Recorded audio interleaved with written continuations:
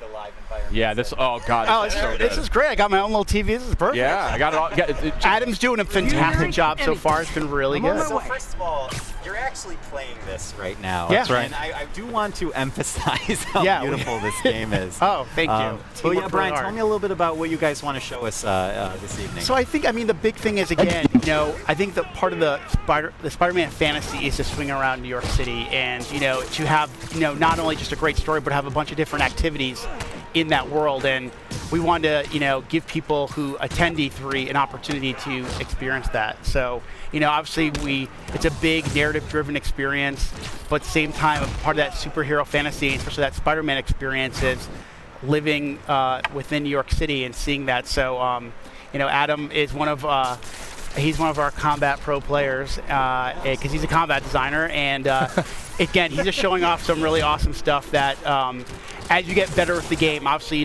we wanted to have a pick up and play feel, but at the same time, have a level of mastery and to really show off the improvisation that we've really been talking about a lot since we announced the game. I'm digging this, like sticking dudes to walls and to the floor and stuff. That looks really satisfying. I mean, I think the thing that's been really fun in these last, I would say last 6 months since we got back from the holiday break was every week I feel like I'll take the game home or I'll be playing one night and then I'll come in and say, wow, guys, I didn't know you could do that. So I think there's a lot of that, there's that sandbox nature to it as well. So, I mean, obviously you can, we have, we're going to teach you mechanics, but we want you to experiment with, his acrobatics, his webs, his gadgets, his suit powers. So combining all that stuff really allows for a lot of different gameplay and a lot of, Spider-Man's a very expressive character, and we want players to be able to express that, whether it's in traversal or in combat.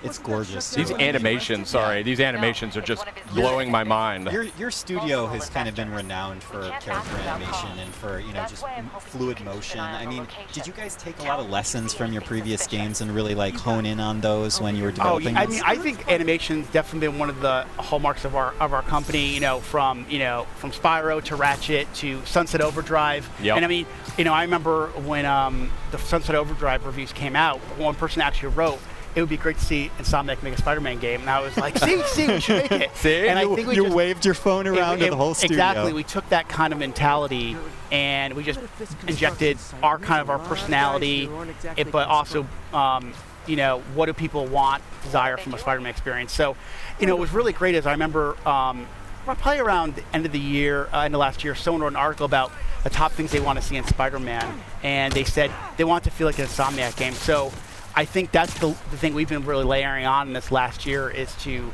have that, it feels like an Insomniac game as much as it does a Spider-Man game. And I love this traversal, I mean, just the fluidity of just moving over great distances very quickly. It looks like a lot of fun just moving around, and that's when you've got a great game. Okay, so so how I kind of said like experimenting, but like sometimes, game development, we're in meetings a lot, and then sometimes you just need to like take a break. And what I used to find myself doing was just swinging around New York City. It was almost like therapeutic. It's just kind of like when I play other games, I just walking or running or even taking a car. It feels so more natural now just to swing around like Spider-Man. So it's definitely one of those things that has that, again, just like combat, that pick and play feel, but we want players to have a level of mastery as they play and get What better. was that? Hold on a second. That's very interesting what you're saying there. So like I said, Adam showed off, I think he showed off the tripwire. It's basically a gadget that you can either attach to a piece of geometry and the enemies walk by, they'll get like grabbed and sucked back.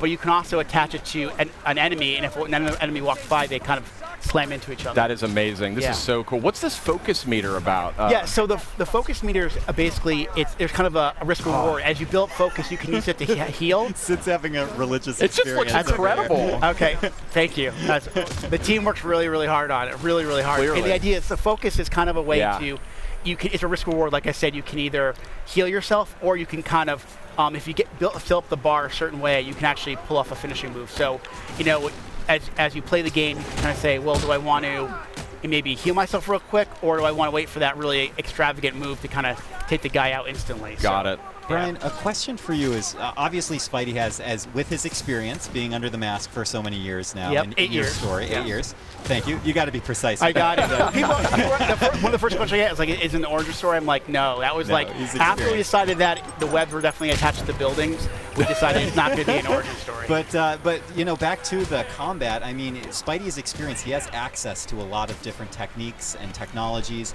How do you balance out his experience with the fact that you don't want to overwhelm a player with options, right? You want to make it approachable. You know, I really that comes down to our combat team, our traversal team, like and this guy right here, like Adam, and really going, okay, you know, kind of handing that stuff out over the course of the game. You know, finding those right spots where you kind of, okay, we're going to teach you how to punch and how to kick and how to punch guys up in the air and use your webs. But then we layer on things like gadgets and then the suits and the suit powers. And it's kind of giving over time. If we just, you know, one thing with something like E3, you know, we want you to feel great, right? But there's a lot to learn really quickly. So we just, you know, normal course development, we kind of find those spots in the game where it makes most sense to teach those mechanics. And then as the game goes on, we want you to master those because the game's only going to get harder. Yeah, absolutely. Sid, That's what great. do you think? I got to say, this game is Beautiful, looking right? absolutely gorgeous. This is, I mean, this is just, I mean, it was looking spectacular to begin with, but this is on a totally different level.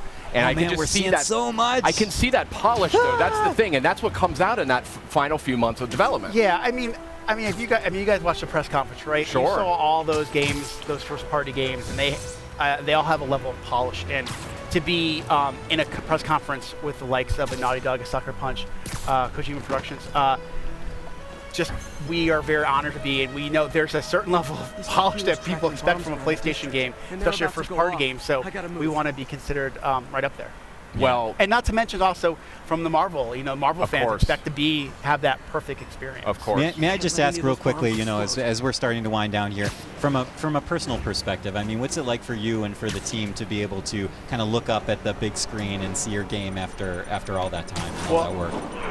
I'm known as a crier, so it takes a lot for me not to get choked up. Like right now, they're playing the theme song to the game in the background as we're sitting here, and I mean, this is an amazing industry, and to be part of it is one thing, but to work on something you truly love is something that when you were a little kid thinking, oh my God, could I ever work on a Spider-Man game, let alone be in video games, is just absolutely surreal. I use that word a lot when I describe working on this game, and to work with a group like Sony and work with Marvel, and that feeling is felt by so many Insomniacs. So we couldn't be prouder, and the support we've gotten across the board, not only from Sony, Marvel, but also the fans has been spectacular. Brian, it just looks incredible. I mean, there's no other word for it. And you're flabbergasted. I really am. It's stunning. I mean, just look at that. How can you not be blown away by that? But we do have a limited amount of time here. Brian, you're an industry veteran. You've been in the industry for a long time. I know this is a lifelong dream for you working on this game.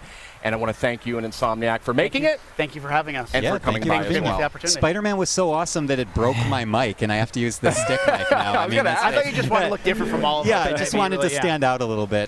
But, you know, Sid, actually, I think a little earlier we were able to maybe get some footage of some of the amazing experiential stuff that's going on with Spider-Man. Right? I mean, there really is something incredible going on here at this PlayStation E3 showcase. I mean, it's on a scale and a scope that we have just never seen before. And so we have people here, they're playing the game. We have a lot of hands-on sessions for folks that are here for the showcase. And the game looks great, but I just love the way this whole, I know her. Oh, hi. There's familiar faces popping up on the stream. But I mean, it's a great event here. And it's just, I wish we could get everybody in here to try this out and to just see what has been sort of constructed with Spider-Man and with actually another game we're about to talk about. Yeah, we're about to talk about Ghost of Tsushima. Why don't you? Yeah, Ghost of Tsushima. Yeah, we have some. We sneakily snuck on a few amazing people onto our program as a helicopter goes by to mark this amazing.